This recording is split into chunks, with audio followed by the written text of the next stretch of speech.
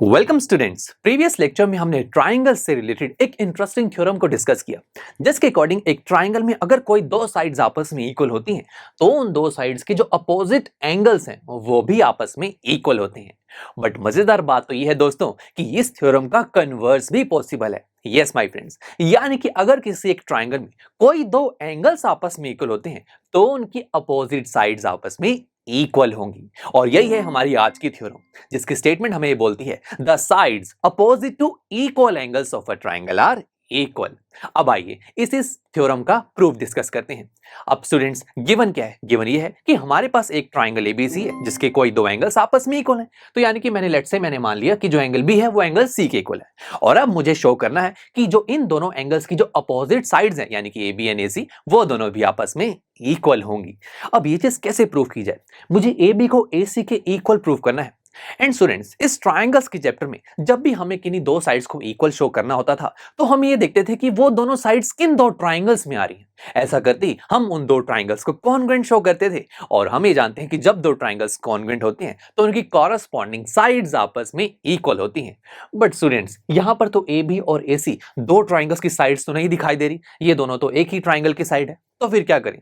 ऐसा कर सकते हैं कि क्यों ना इस एबीसी ट्राइंगल को दो ट्राइंगल्स में डिवाइड कर दिया जाए। कैसे कर सकते हैं? अगर मैं यहां पर एक कंस्ट्रक्शन कर दूं यानी कि एडी लाइन को ड्रॉ करूं, ऐसा करते ही हमारा जो ओरिजिनल एबीसी ट्राइंगल है वो दो ट्राइंगल्स में डिवाइड हो चुका है। अब दोस्तों, कंस्ट्रक्शन कर ही रहा हूं तो फिर अच्छे से करते हैं।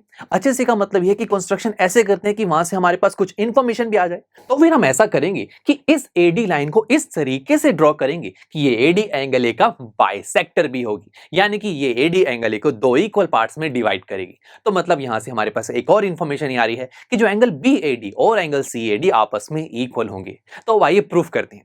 प्रूफ के लिए देखिए, हमें प्रूफ क्या करना है? A B is equal to A C, right? अब ए बी को देखा जाए तो वो एक ट्राइंगल की साइड है, that is A B D, और ए सी एक और ट्राइंगल की साइड है, that is A D C. तो आइए इन दोनों को कॉन्ग्रुएंट शो करते हैं। So in triangle A B D and A D C, सबसे पहली इंफॉर्मेशन इन दोनों ट्राइंगल से रिलेटेड क्या है? यस, जो एंगल बी है वो एंगल सी के इक्वल है। उसके बाद कंस्ट्रक्शन से भी हमारे पास एक इंफॉर्मेशन आई थी ना कि जो एंगल बी ए डी है वो इक्वल है एंगल सी ए डी के। और लास्ट में ये दिखाई दे रहा है कि दोनों ट्राइंगल्स में एक साइड तो कॉमन है, दैट इज ए डी। तो दोस्तों, हमें इन दोनों ट्राइंगल्स से रिलेटेड थ्री इंफॉर्मेशन मिल चुकी हैं। और इन थ्री इंफॉर्मेशन की हेल्प से मैं क्या कह सकता हूं कि इन दोनों ट्राइंगल्स के दो एंगल्स तो आपस में इक्वल है, यानी कि एंगल बी एंगल सी के इक्वल है और एंगल बी ए डी और एंगल सी ए डी आपस में इक्वल है। और इन दो एंगल्स के अलावा एक कॉरस्पॉन्डिंग साइड भी दोनों ट्राइंगल्स की इक्वल है, दैट इज AD।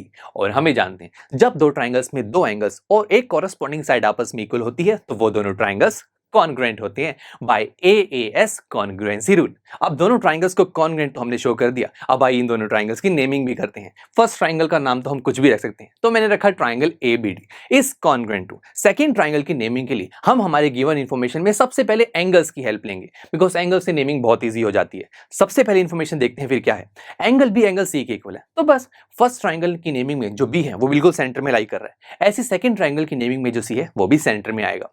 उसके बाद एक और इंफॉर्मेशन एंगल से रिलेटेड है कि जो एंगल बी ए डी है वो इक्वल है एंगल सी ए डी के, तो यानी कि एंगल ए के इक्वल है। तो बस फर्स्ट ट्राइंगल की नेमिंग में जो ए है वो सबसे पहले है, ऐसी सेकंड ट्राइंगल की नेमिंग में भी जो ए है वो सबसे पहले आ जाएगा। तो स्टूडेंट्स, सेकंड ट्राइंगल की नेमिंग में ए और सी तो फिक्स हो गया, क्या रह गया? डी। और पोजीशन कौन सी वेकेंट है? लास्ट, तो डी लास्ट में आ जाएगा। तो नेमिंग क्या हुई? Triangle ABD is congruent to triangle ACD by AS rule.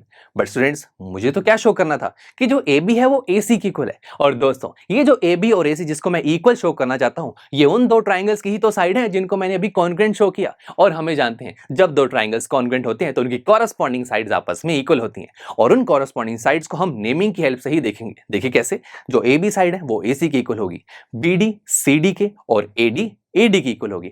और इन तीनों में से मुझे क्या चाहिए? Yes, A B is equal to A C. ये मिल तो रहा है यहाँ पर। और इसका रीजन क्या होगा? CPCT, यानी कि corresponding parts of congruent triangle are equal. तो यहां से ये प्रूव हुआ कि अगर एक ट्राइंगल में कोई दो एंगल्स आपस में इक्वल होते हैं तो उनकी जो अपोजिट साइड्स हैं वो भी आपस में इक्वल होंगी। तो चलिए दोस्तों, अब हम नेक्स्ट लेक्चर में एग्जाम्पल नंबर 4 को डिस्कस करेंगे। So see you there. I am sure students, आपको ये लेक्चर काफी पसंद आया होगा। और ऐसे ही मजेदार तरीके से अपने हर एक कॉन्सेप्ट क्लियर करने के लिए डाउनलोड कीजिए PUSTACK ऐप को, जहां पर आपके पास और भी बहुत सारे ऑप्शंस होंगे, जैसे कि back exercise solutions, tip videos, sample papers and much more. So what are you waiting for? Download the app now.